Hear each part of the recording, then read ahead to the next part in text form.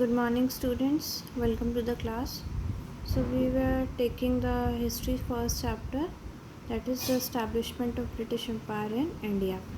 And now we are going to start the next topic, that is administrative setup under the company. In order to have more and more markets in India, East India Company, being a trading concern, tried every nerve to expand its territory in India. So the East India Company wanted to open more and more market in India. So they tried by every hook or crook uh, techniques to expand its company or territory in India. But to have a flourishing trade, the maintenance of law and order was an essential condition for the company. Warren Hastings showed his anxiety to take over the administrative work from the Nawab. So, for running a company, a successful company, there were different rules to follow them, like laws and orders. So, Warren Hastings wanted to take administrative work under his control from the Nawabs. It was, however, Lord Cornwall who succeeded in placing the company's administration on a sound footing. Being foreigners, the English could not win the heart of people, but they wanted to maintain peace, law, and order. So they need a well organized civil service, police, army, and judiciary. So for a successful business, you need to well connected and well organized with civil services, police, army, and judiciary of that area or of that country. So first is the civil service. The civil service was a steel frame of the British administration in India. Clive and Warren Hastings adopted some measures to control corruption, indulge in the company's commercial officials, and their ignorance about the administration. So Warren Hastings and Clive, who took control or over the companies and took take the administrative work under their control, they wanted to stop corruption and run a successful business in their company. And their ignorance about the administration, they wanted a good civil service administration for the Britishers in India. Lord Cornwall was the real founder of the British civil service in India. So Lord Cornwall was the real founder of British civil service in India. The Indian civil service was much coveted by the younger person of the aristocracy family due to its handsome salary and a big position in the society. So mostly the people of aristocratic families are involved in this civil services because there is a huge amount of salary and there is a very big position in the society. For their status also, the aristocratic family members are involved in this civil services.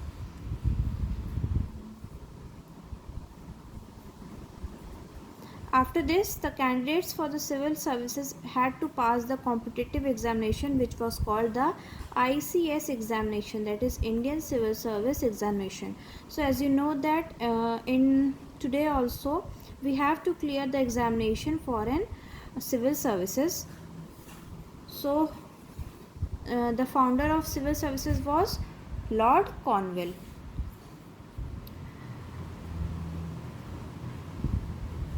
A ruler was made that no Indian would be eligible for post carrying rupees 500 or above as salary, but there were discrimination for the Indians in that civil services also, as there were no post carrying rupees 500 or above as salary.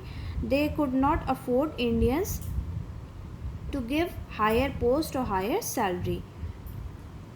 They were also not allowed to get any judicial and engineering posts. The Indians were considered inferior to the British people.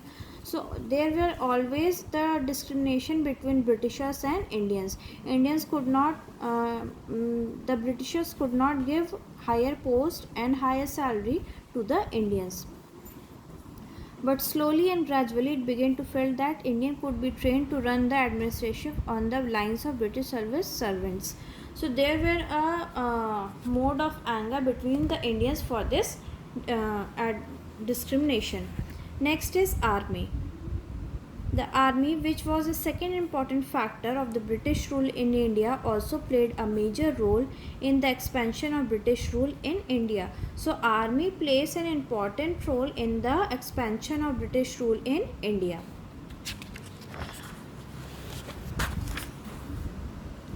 It protected the company from the European rivals such as the Dutch, the French, or the Portuguese. It also conquered the territories over the native rulers. Who were the natives? The neighboring rulers. It crushed the rebels whenever they were raised their heads. What is the meaning of rebel? A person or a authority who did not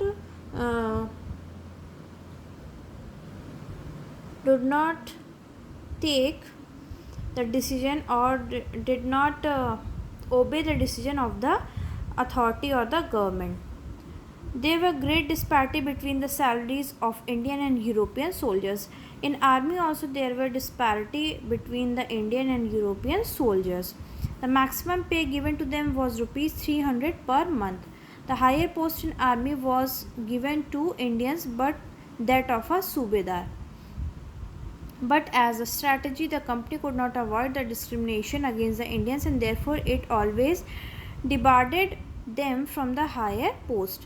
Debarred means removed them from the higher post. So in army also Indians could not get the higher post and higher income.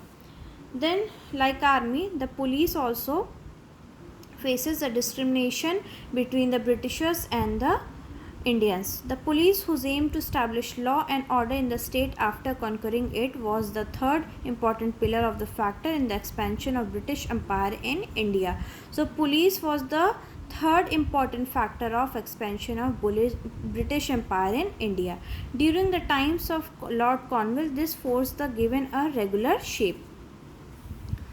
There were different districts. Under these districts there were thanas, and the police head was called the daroga.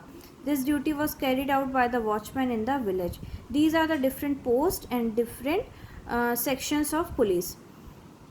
Then as you see in this also, in police also as in the army, the discrimination was practiced against Indians in the police services as well.